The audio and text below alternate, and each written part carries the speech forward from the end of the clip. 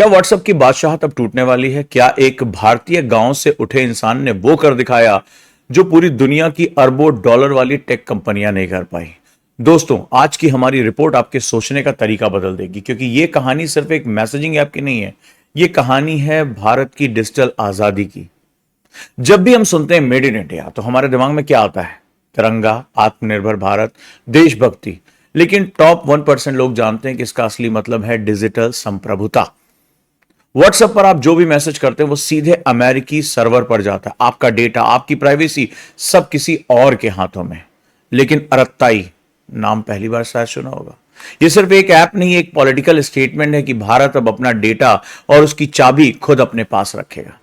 सोचिए, जैसे चीन ने बोइंग पर निर्भर रहने की बजाय अपना कोमैक विमान बनाया, वैसे ही भारत भी अब अपने डिजिटल आकाश में अपनी उड़ान बनना चाहता है। यही असली मेड इन इंडिया का मतलब होगा। और सबसे बड़ी बात है कि ये हमारी टेक क्रांति गांव से निकल रही है। आपको लगता होगा टेक कंपनियां बनती हैं सिलिकॉन वैली या बेंगलुरु जैसे शहरों में, लेकिन श्रीधर बेम्बू, नाम याद रख लीजिए, श्रीधर बेम्बू ने इस सोच को तोड़ कर रख दिया।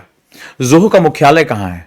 टेनकासी, तमिलनाडु का एक छोटा सा ग्रामीण इलाका।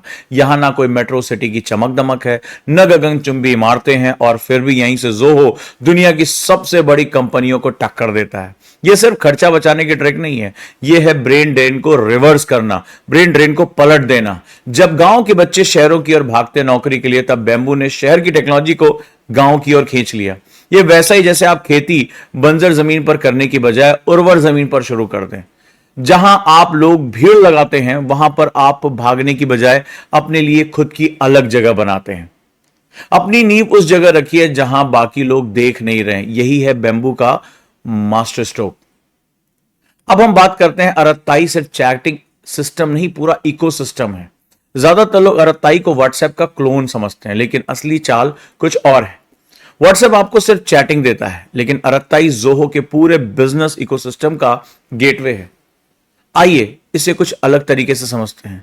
जैसे आईफोन सिर्फ फोन नहीं है, ऐप स्टोर, आई क्लाउड, एप्पल पे की पूरी दुनिया का दरवाजा है। वैसे अरत्ताई जोहो की पूरी डिजिटल यूनिवर्स का प्रवेश द्वार है। यानी ऐप नहीं, ये प्लेटफॉर्म है, और प्लेटफॉर्म हमेशा प्रोडक्ट से बड़ा होता है। यही वजह है कि टेक दुनिया में असली बादशाहत उन लोगों की है जो इकोसिस्टम बनाते हैं। आजकल हर स्टार्टअप वेंचर कैपिटल के पीछे भागता है, लेकिन जोहो ने एक अलग रास्ता चुना। कोई वेंचर कैपिटल नहीं, कोई विदेशी निवेशक नहीं, सिर्फ अपने दम पर धीरे धीरे आगे बढ़ना। लोग सोचते हैं कि इससे ग्रोथ धीमी हो जाती है, लेकिन सच्चाई यह है कि इससे कंपनी को पूरी आजादी मिलती है, क्योंकि जब आपका मालिक कोई और नहीं होता तो आप अपने फैसले खुद लेते हैं। एग्जाम्पल के लिए बाइजू को देख लीजिए। भारी भरकम फंडिंग ली, मजबूरी में अंधाधुंध विस्तार किया और आज कर्ज में डूब गया। दूसरी तरफ जोहो चुपचाप बूट स्ट्रैप होकर प्रॉफिटेबल और स्थिर बना हुआ है। यह सबक सिर्फ कंपनियों के लिए नहीं है, आपकी पढ़ाई या करियर में भी लागू होता है। शॉर्टकट मत लीजिए, फुल ऑनरशिप लीजिए। शॉर्ट नोट से मत पढ़िए, पूरी किताब और उसकी गहराई को समझिए, तब असली ताकत बनती है। पहचान बेचो, फीचर नहीं। अब आते हैं सबसे बड़े मनोवैज्ञानिक राज पर, साइकोलॉजिकल सीक्रेट पर। अरत्ताई कहता क्या है? हम व्हाट्सएप ऐप जैसे हैं, लेकिन मेड इन इंडिया। ये फीचर नहीं बेच रहा, ये पहचान बेच रहा है।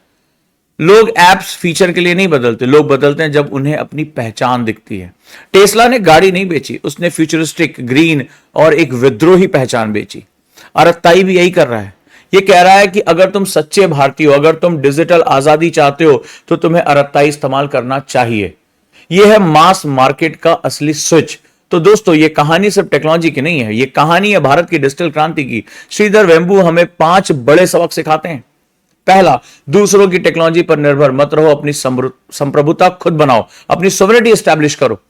भीड़ मत पकड़ो, उस जमीन पर बो जहां बाकी लोग अंधे हैं, उन्हें दिख नहीं रहा कि यहां पर अपॉर्चुनिटी है। तीसरा, कहते हैं प्रोडक्ट मत सोचो, इकोसिस्टम सोचो। चौथा, शॉर्टकट मत लो, बूट स्ट्रैप होकर आजादी पाओ। और पांचवा, फीचर मत बेचो, पहचान बेचो। अब सवाल यह है कि क्या भारत अरत्ताई को अपना डिजिटल पहचान वापस करके देगा, या फिर अब भी हम दूसरों की टेक्नोलॉजी पर गुलामी का एक चस्पा लगाए हुए, एक तमगा लगाए हुए आगे काम करते रहेंगे? आप इस बारे में क्या सोचते हैं? क्या यह सही वक्त है कि चीन की तरह हम भी अपनी डिजिटल आजादी को सुनिश्चित कर सकें? आप कमेंट में जरूर बताएं।